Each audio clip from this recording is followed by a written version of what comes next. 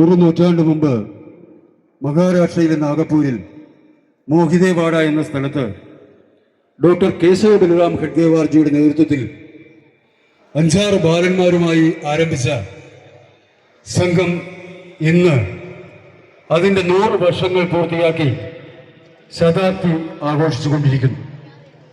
അതിൻ്റെ ഭാഗമായി സംഘം നിശ്ചയിച്ച പരിപാടികളിൽ 3ാമത്തെ പരിപാടിയായ ഹിന്ദു സംഗമം നമ്മുടെ മണ്ഡലത്തിൽ ഇന്ന് നടക്കുവാനിരിക്കുകയാണ്. ഹിന്ദുക്കളെ സംഘടിതരാക്കുക, അവരുടെ ആത്മവിശ്വാസം വളർത്തുക, ഒത്തൊരുമയോട് പ്രവർത്തിപ്പിക്കുക, പാരമ്പര്യ കലകളെ പ്രോത്സാഹിപ്പിക്കുക എന്നിവയാണ് ഈ ഹിന്ദു സംഗമം കൊണ്ട് ഉദ്ദേശിക്കുന്നതും അർത്ഥമാക്കുന്നത്. ഉടൻ തന്നെ സ്റ്റേജ് പരിപാടികൾ ആരംഭിക്കാനിരിക്കുകയാണ്. സ്റ്റേജ് ഒരുക്കേണ്ടതാണ്.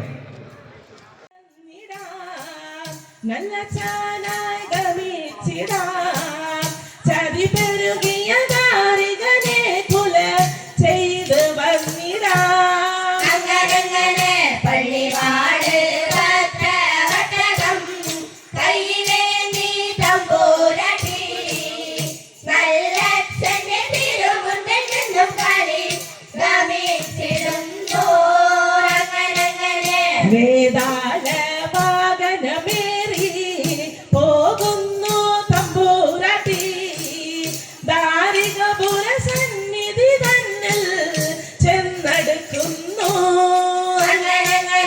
പള്ളിവാട്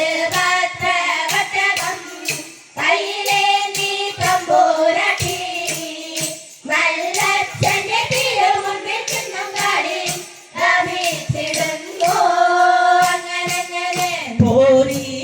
പോരിനു വേഗം അസുരേശാരികനെ പരമേശ പുത്രിയകുമ്പത്ര ഞാനെന്നോർക്കടാ. പള്ളിവാട് ഭദ്രവട്ടകം കയ്യിലേന്തി തമ്പൂരാട്ടി, നല്ലച്ഛന്റെ തിരുമുമ്പിൽ നിന്നും കാടി ഗമിച്ചിടുന്നു.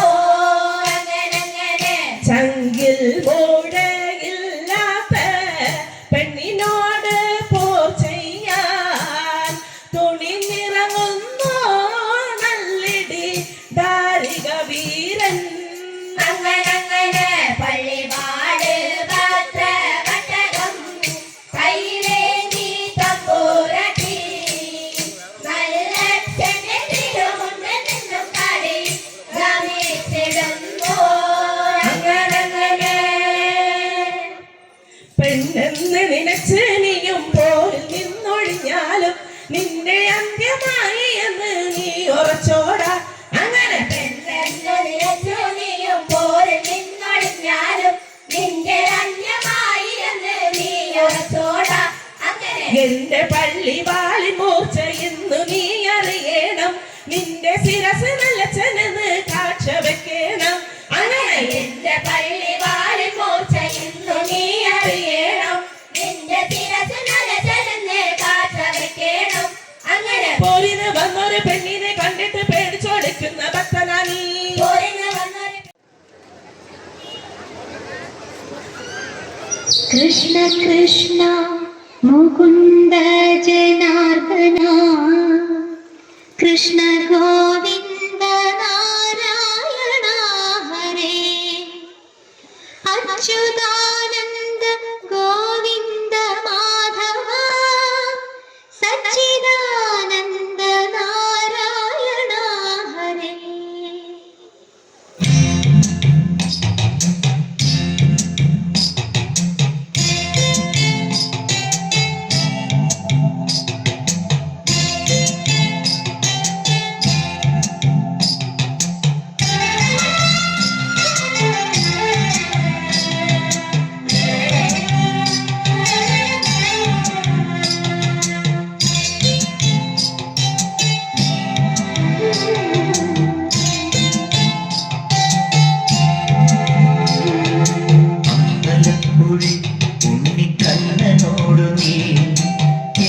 പരിഭവം നെല്ലിയോതി വന്നു, കൈവിളക്കുകൾ പാതി തിങ്ങി തീർക്കവേ എന്തു നൽകുവാൻ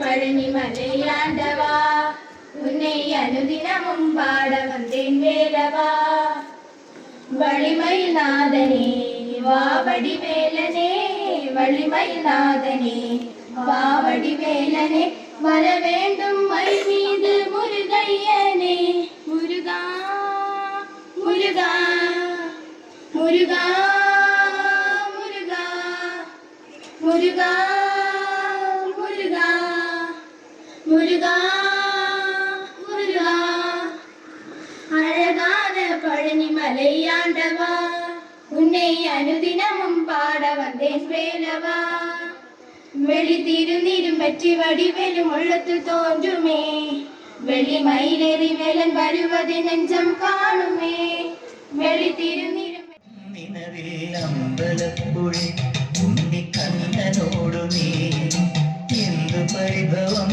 നെയ്യോതി വന്നു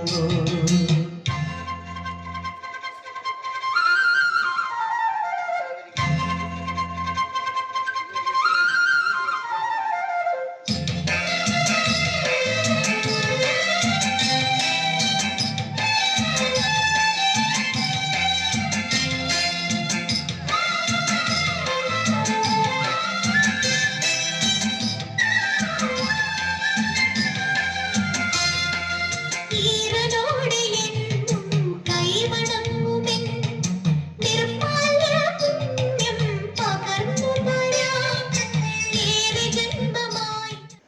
ഈ സ്വാമിയെ ക്ഷണിക്കാൻ വേണ്ടി പാമ്പാടിയിൽ പോവുകയും അവിടെ നമ്മുടെ കൂട്ടത്തിലുള്ള കമ്മിറ്റി അംഗങ്ങൾ ഒരു 2-3 മിനിറ്റായി വരാൻ താമസിച്ചപ്പോഴത്തേക്കും ഭക്തി നിർഭരമായ ഒരു ഈശ്വരഗാനം കേൾക്കുകയും ആ ഗാനത്തിൽ അലിഞ്ഞ് ഞാനും അതിനകത്ത് പോയാൽ എന്ത് എന്നാലോചിച്ച് എന്നെയും അകത്തേക്ക് ആകർഷിക്കുകയും ഞാൻ ആ അമ്പലത്തിനകത്തേക്ക് കടന്നു പോവുകയും ചെയ്തു. അവിടെ 1-2 പേര് എനിക്ക് അവർ വലിയ പരിചയമില്ലായിരുന്നു. ആ കൊടിമരം ചുറ്റി പോകുന്നത് കണ്ടു. ഇതിലേ പോയെന്ന് എനിക്കറിയില്ലായിരുന്നു. ഞാനും കൊടിമരം ചുറ്റി അകത്ത് കയറി. വിളക്കുകൾ ആദി മിന്നി നിൽക്കവേ എന്തു നൽകുവാൻ എന്നെ കാത്തു നിന്നു നീ. വോട്ട് ബാങ്ക് ഉള്ളവൻ പറയുന്ന എന്ത് കാര്യങ്ങളും ഈ നാട്ടിൽ നടക്കുന്നു. അപ്പം വോട്ട് ബാങ്കില്ലാത്ത ഹിന്ദുവിന് ഒരു കാര്യവും ഇവിടെ നടക്കുന്നില്ല. അത് നമ്മൾ ചിന്തിക്കണം. അപ്പോൾ എൻ്റെ പ്രിയ സഹോദരി സഹോദരന്മാരെ, നമ്മൾ ഹിന്ദു സംഘടിച്ചേ പറ്റൂ. അതുകൊണ്ട് നമ്മളെല്ലാവരും ഒത്തൊരുമയോടുകൂടി ഇങ്ങനെയുള്ള കാര്യങ്ങളിൽ പങ്കെടുക്കണം. ദിനചര്യ ക്ഷേത്രങ്ങളിൽ പോകണം. നമ്മുടെ ആരാധനാ സമ്പ്രദായങ്ങൾ കുറച്ചുകൂടെ വിലപ്പെടുത്തണം. ഇതൊക്കെ നമ്മൾ ശ്രദ്ധിക്കേണ്ടിയിരിക്കുന്നു. എന്താ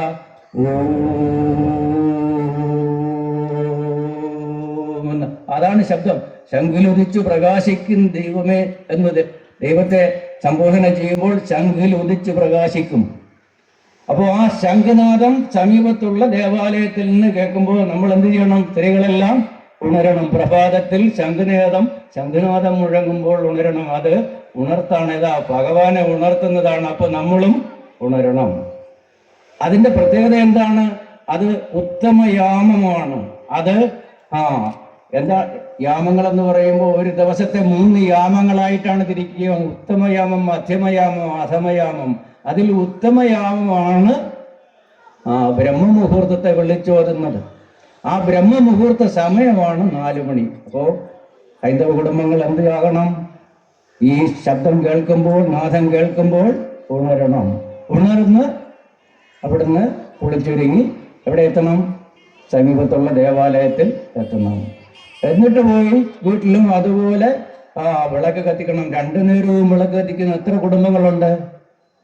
സനാതനം. അത് it is eternal and ancient. It's path of life. അതാണ് ഇംഗ്ലീഷ് പറയുമ്പോൾ എന്താ? സനാതനധർമ്മം എന്നത് അനശ്വരമാണ്. അത് എന്താണ്? വളരെ പഴക്കമുള്ളതാണ്. അത് അനശ്വരമാണ്, പഴക്കമുള്ളതാണ്. അത് ജീവിത രീതിയാണ്, ജീവിത ശൈലിയാണ്. അങ്ങനെ വളരെ പഴക്കമുള്ള അനശ്വരമായ സനാതനധർമ്മത്തിന്റെ പിന്തുടർച്ചക്കാരാണ് ഈ ഇരിക്കുന്ന നമ്മളെല്ലാവരും. അപ്പോൾ ആ സനാതനധർമ്മത്തെ പരിപാലിക്കേണ്ട രീതി എന്താണ്? അതിൻ്റെ അടിസ്ഥാന ഘടകമെന്നുള്ളതാണ് കുടുംബ വ്യവസ്ഥ. ആ സനാതനധർമ്മം വളരെ പഴക്കമുള്ളതാണ്. അതിനെക്കുറിച്ച് പറയുകയാണെങ്കിൽ എന്താ പറയുക, ഇത് religion, Hindu religion is the first religion in the earth എന്നാണ്. ഭൂമിയിലെ ആദ്യത്തെ സംസ്കാരമാണ്, ഭൂമിയിലുടലെടുത്ത ആദ്യത്തെ സംസ്കാരമാണ് സനാതനധർമ്മം. സനാതന സംസ്കാരം, സനാതന ധർമ്മം. സനാതനം എന്ന് ചോദിച്ചാൽ എന്താ? സനാതനം എന്ന് പറഞ്ഞാൽ സർവജ്ഞാനം ഗ്രഹിച്ച് ആത്മാവ് നിഷ്കളങ്കമായി, ഹൃദയം നിഷ്കളങ്കമായി, നിഷ്കളങ്കാത്മസ്വരൂപൻ ഹൃദയത്തിൽ യഥേഷ്ടം തുള്ളിക്കളിക്കുവാൻ തക്ക രീതിയിൽ നൈർമല്യമുള്ളവരായി, ഗുണമുള്ളവരായി മാറുന്ന ആ അവസ്ഥ, അതാണ് സനാതനം. ധർമ്മമോ ആ അവസ്ഥയിലൂടെ സംസാരിക്കുകയും പെരുമാറി കർമ്മം ചെയ്യുന്നതാണ് നിഷ്കളങ്ക കർമ്മമാണ്. അത് നിഷ്കളങ്കാത്മസ്വരൂപിൽ നിന്നുള്ള കർമ്മമായിരിക്കണം. അതാണ് നിഷ്കാമകർമ്മം. കേട്ടിട്ടുണ്ടാവും അല്ലേ നിഷ്കാമകർമ്മം എന്ന? ആ നിഷ്കാമകർമ്മം അതാണ് ധർമ്മം. ധർമ്മം എന്ന് പറഞ്ഞാൽ അതാണ്. ധർമ്മം ധരിക്കേണ്ടതാണ്, ധരിക്കുന്നതാണ്, ധരിക്കപ്പെടേണ്ടതാണ്. എന്താ ധർമ്മം? ആ ഹൈന്ദവ ധർമ്മം എന്ന് പറഞ്ഞാൽ ധരിക്കേണ്ടതാണ്, ധരിക്കപ്പെടേണ്ടതാണ്, ധരിക്കുന്നതാണ്. ധർമ്മത്തിന്റെ ആരാണ് അതിന്റെ നാഥൻ? ധർമ്മത്തിന്റെ നാഥൻ ഈശ്വരനാണ്. കേട്ടിട്ടുണ്ടോ? ധർമ്മത്തിന്റെ നാഥൻ ആരെങ്കിലും ചോദിച്ചാൽ ധർമ്മത്തിന്റെ നാഥൻ, സനാതന ധർമ്മം പറയുമ്പോൾ സനാതന ധർമ്മത്തിൽ ധർമ്മത്തിന്റെ നാഥൻ ആരാ എന്ന് ചോദിച്ചാൽ ആരാ പറയുക? ഈശ്വരനാണ്. അപ്പൊ ഈശ്വരനാണ് നാഥനായത് കൊണ്ടാണ്, ധർമ്മത്തിന്റെ നാഥൻ ഈശ്വരനായത് കൊണ്ടാണ് അത് ഈശ്വരീയമായത്, അത് അനശ്വരമായത്, അത് മരണമില്ലാത്തതാണ്, മാറ്റമില്ലാത്തതാണ്, ആരോലം മാറ്റപ്പെടാൻ സാധ്യമല്ലാത്തതാണ്, അനശ്വരമാണ്. അതിൻ്റെയൊക്കെ വ്യാപ്തി എന്താ? 12,000 വർഷങ്ങൾക്ക് മുമ്പുള്ള പുരാണങ്ങൾ പരിശോധിച്ച ഏതാ? ബ്രഹ്മപുരാണം, ബ്രഹ്മാണ്ഡ പുരാണം. 12,000 വർഷത്തിന് മുമ്പുള്ളതാണ്. അത്രയും പഴക്കമുള്ളതാണ് ബ്രഹ്മാണ്ഡ പുരാണം. ആ ബ്രഹ്മാണ്ഡ പുരാണത്തിൽ ബ്രഹ്മത്തെക്കുറിച്ച് പറയുകയാണ്. ബ്രഹ്മം എന്ന് പറഞ്ഞാൽ എന്താ? പരബ്രഹ്മം എന്താ? ഓങ്കാരനാഥത്താൽ ഉണ്ടായ ഈ സർവവും അടങ്ങിയത്. ഈ സൃഷ്ടിക്ക് മുമ്പും സൃഷ്ടിക്ക് ശേഷമുള്ള അവസ്ഥാവിശേഷങ്ങളുടെ സംക്ഷിപ്തമാണത്. ആ സർവജ്ഞാനമാണത്. ആ സർവജ്ഞാനം ഗ്രഹിച്ച്, നിഷ്കളങ്ക ജ്ഞാനം ഗ്രഹിച്ച് നിഷ്കാമകർമ്മിയിലെത്തേണ്ട ആ ആദ്യ പടിയാണിത്.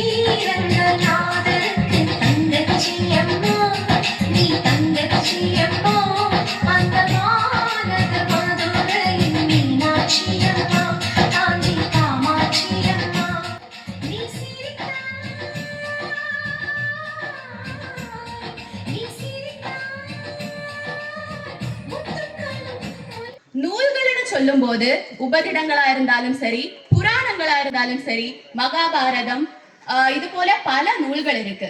இந்த ஒவ்வொரு நூல்களும் எடுத்துக்காட்டா நீங்க பாத்தீங்கன்னா பகவத்கீதை. பகவத்கீதைன்னு சொல்லும் போது ஒரு மனுஷன் தன்னோட வாழ்க்கையில எப்படியெல்லாம் நடக்கணும், எப்படியெல்லாம் நடக்க கூடாது அப்படின்னு சொல்லி பலரும் இன்னைக்கு முதன்மையா விரும்பி படிக்கிற ஒரு நூல்கள்ல ஒண்ணுதான் நம்மளோட பகவத்கீதை. இந்த மாதிரியான அற்புதமான நூல்களை கொடுத்தது நம்மளோட இந்து மதம் தான். இந்த பெருமைய நம்மிடமிருந்து யாராலையும் பிரிக்க முடியாது. புரியல? தஞ்சை பெரிய கோவில் எத்தனை பேர் போயிருக்கீங்க? தஞ்சை பெரிய கோவில், மதுரை மீனாட்சி அம்மன் கோவில் எத்தனை பேர் போயிருக்கீங்க? அதோட கலை, சிற்பம், கட்டிடம் எல்லாம் எப்படி இருக்கு? எல்லாரும் அறிஞர்களே வியந்து பாக்குறாங்க. ஐயோ, இவ்வளவு அழகா இருக்கா, இவ்வளவு அழகா அதை கட்டி இருக்காங்களா அப்படின்னு எல்லாரும் வியந்து பாக்குறாங்க. எவ்வளவு அழகா இருக்குல்ல. இந்த பெருமை யார சேரும்னு நினைக்கிறீங்க? நம்மளோட இந்து மதத்தை தான் சேரும். அந்த ஒரு பெருமை நமக்கு இல்லையா? அந்த பெருமையும் நமக்கு இருக்கு. அதே மாதிரி பெண்கள், பார்வதியா இருந்தாலும் சரி, சக்தியா இருந்தாலும் சரி, மண்டோதரியா இருந்தாலும் சரி, பாரதியா இருந்தாலும் சரி, இதே போன்று பெண் தெய்வங்களை முதன்மையா வச்சிருக்கிறதும் நம்மளோட இந்து மதம் தான். எங்க பார்க்க முடியுது இந்த மாதிரி பெண்களை, பெண் தெய்வங்களை? சரஸ்வதியில இருந்து தனலட்சுமியில இருந்து எவ்வளவு தாயா கும்பிடுறது நம்மளோட இந்து மதம் தான். தாய் மண்ணையும் மதிக்கிறதும் நம்மளோட இந்து மதம் தான். வாசுகி மதின்னு சொல்லி நம்மளோட தாய பூமா தேவின்னு கும்பிடுறாங்க நம்மளோட இந்து மதம். இதெல்லாம் எங்க பார்க்க முடியும்? இந்து மதத்துல ஒற்றுமை இருந்தா மட்டும்தான் வளர்ச்சி இருக்கும். வளர்ச்சி இல்லைன்னா ஒற்றுமை இருக்காது. அதுபோல நம்ம எப்பவுமே நம்ம இந்து மக்களாகிய அனைவரும் ஒற்றுமையோட இருக்கணும். ஒற்றுமை ஒரு துளி குறைஞ்சாலும் பிரிவு தான் ஏற்படும். பிரிவு ஏற்பட்டுச்சுன்னா இந்து மதத்தில் இருக்க வீழ்ச்சி அதிகமாயிட்டே இருக்குமே தவிர குறைஞ்சிட்டே இருக்கும்.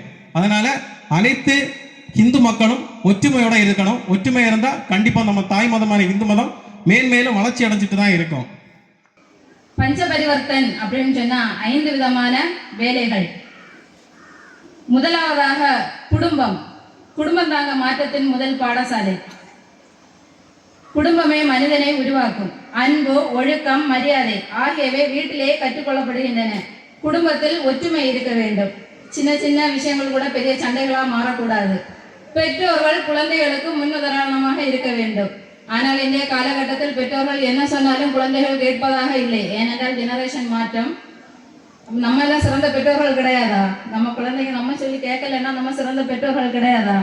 இல்லை, இன்றைய காலகட்டம் கலாச்சார மாற்றங்கள் அப்படி இருக்கின்றது. ஏனென்றால் நாம் நம்ம பிள்ளைங்களை இப்போ என்னுடைய சகோதரன் சொன்ன மாதிரி சமய வகுப்புக்கு விடுவதில்லை, ஷாகாவுக்கு விடுவதில்லை. ஏன் உங்க குழந்தைங்களை ஏன் சமய வகுப்புக்கு விடவில்லை என்று கேட்டால், ഞാൻ പറഞ്ഞു പക്ഷെ എൻ്റെ കൊച്ചു പോണില്ല. ഷാഹയ്ക്ക് ഞാൻ വിടല്ല, ഞാൻ പറഞ്ഞു പക്ഷെ എൻ്റെ മോൻ പോണില്ല.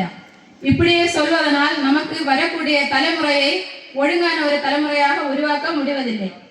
ഈ അവസരത്തിൽ ഹാർദവമായി വേദിയിലേക്ക് സ്വാഗതം ചെയ്തുകൊള്ളുന്നു. ആരാധ്യനായ ശ്രീമതി ശശികല ടീച്ചർ നമ്മുടെ വേദിയെ അനുഗ്രഹിക്കുന്നതിലേക്കായി ഇവിടെ എത്തിച്ചേർന്നിരിക്കുകയാണ്. അദ്ദേഹത്തിന് ഈ അവസരത്തിൽ ഹിന്ദു സംഘവും നടത്തുന്ന ആഘോഷ കമ്മിറ്റിയുടെ നാമത്തിൽ ഹാർദവമായ സ്വാഗതം ആശംസിച്ചുകൊള്ളുന്നു.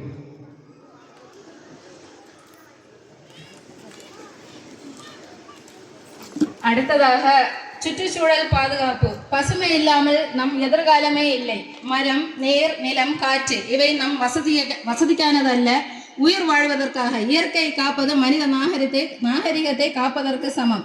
சுதேசி, நமதே, நமக்காக, நமது நாட்டிற்காக.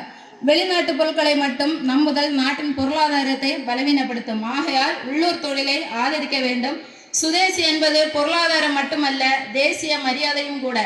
அடிப்படை கடமைகள் உரிமைகள் மட்டுமல்ல, பொறுப்பும் உரிமைகள் கிடைக்க வேண்டும் என்றால் கடமையை முழுமையாக நிறைவேற்ற வேண்டும். பஞ்ச பரிவர்த்தனம் என்பது ஒரு கருத்து அல்ல, அதை மனிதனை மாற்றக்கூடிய சக்தி.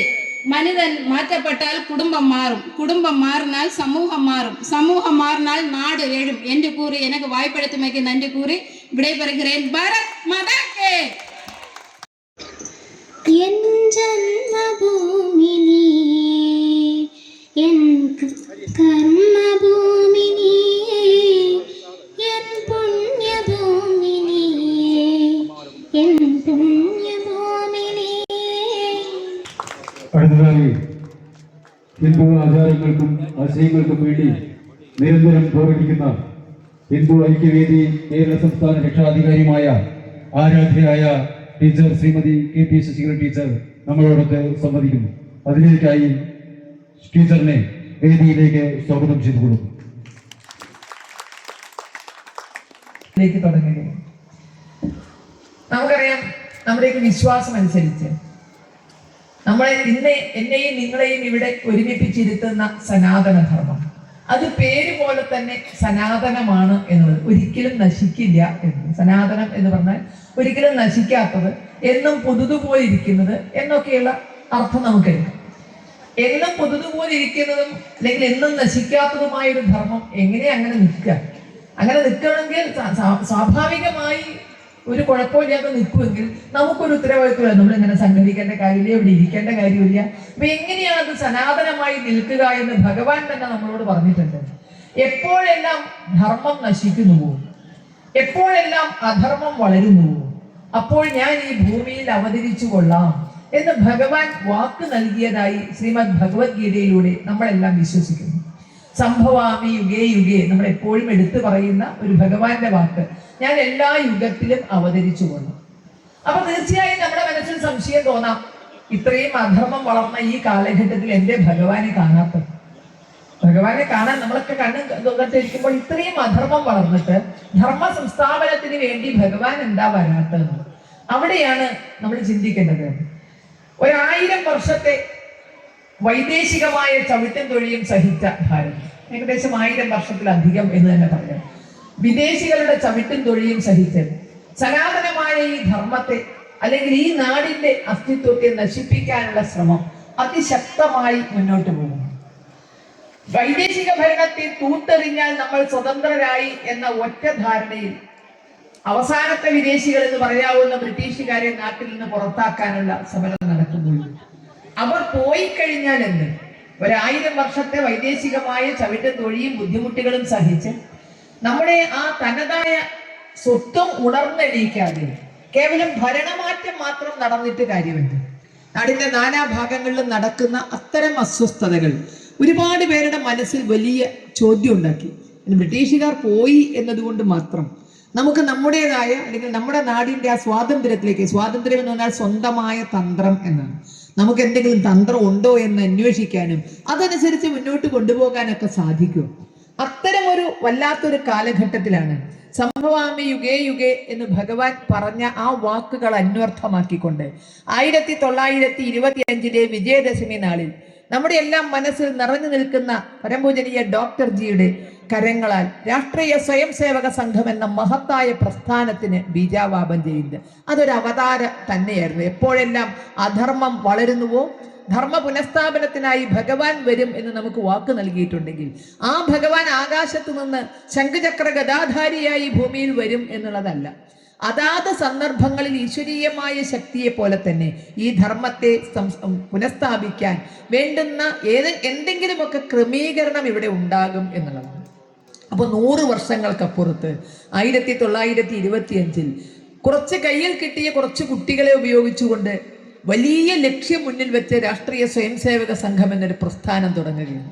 ഇന്ന് ലോകം മുഴുവൻ ശ്രദ്ധിക്കുന്ന ലോകത്തെ ഏറ്റവും വലിയ സന്നദ്ധ സംഘടനയായി അത് മാറി.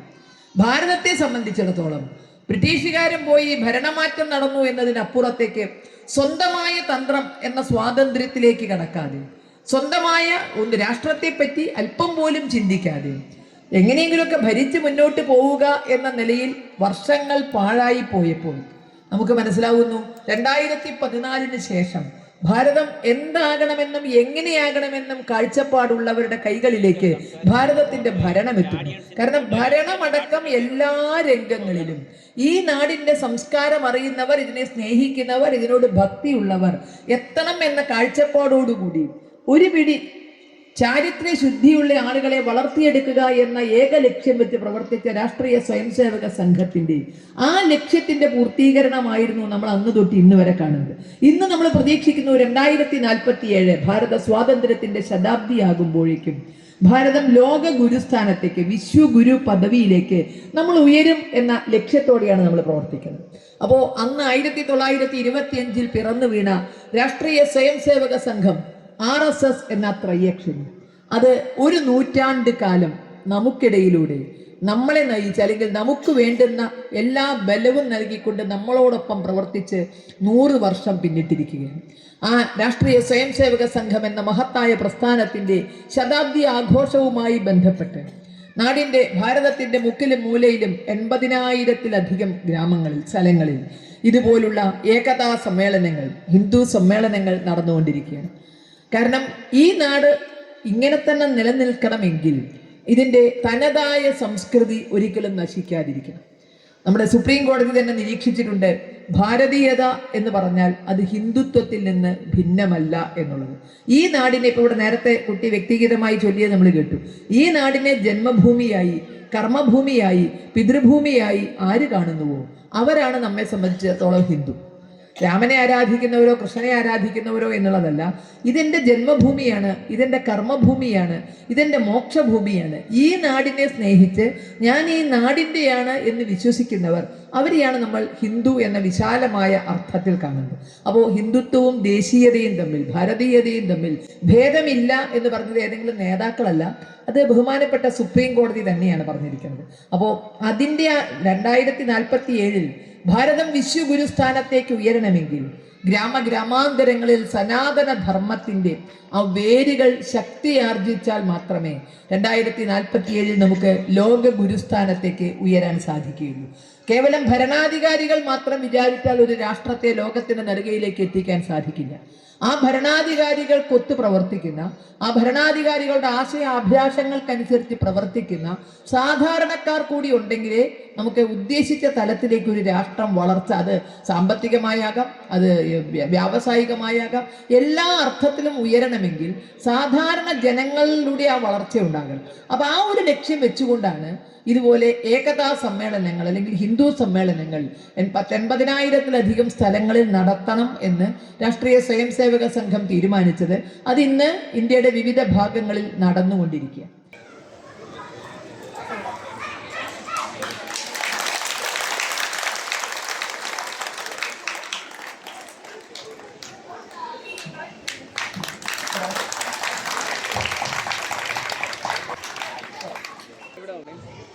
நமது பாரம்பரியம் என்பது புத்தகங்களில் மட்டுமல்ல, நடனம், இசை, நாடகம் போன்ற கலாச்சார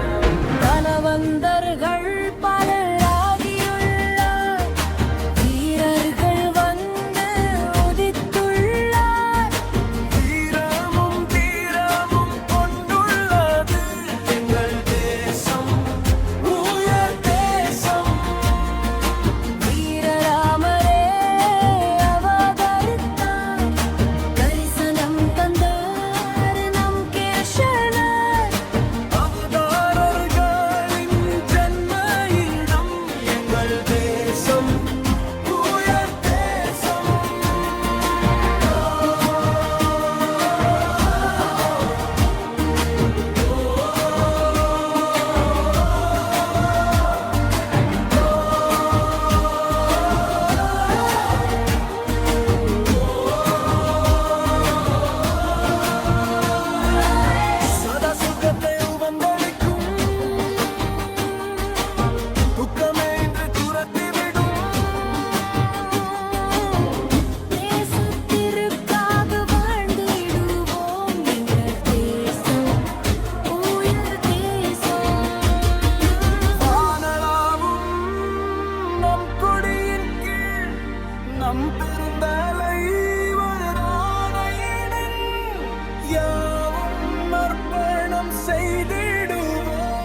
எங்கள் தேசம்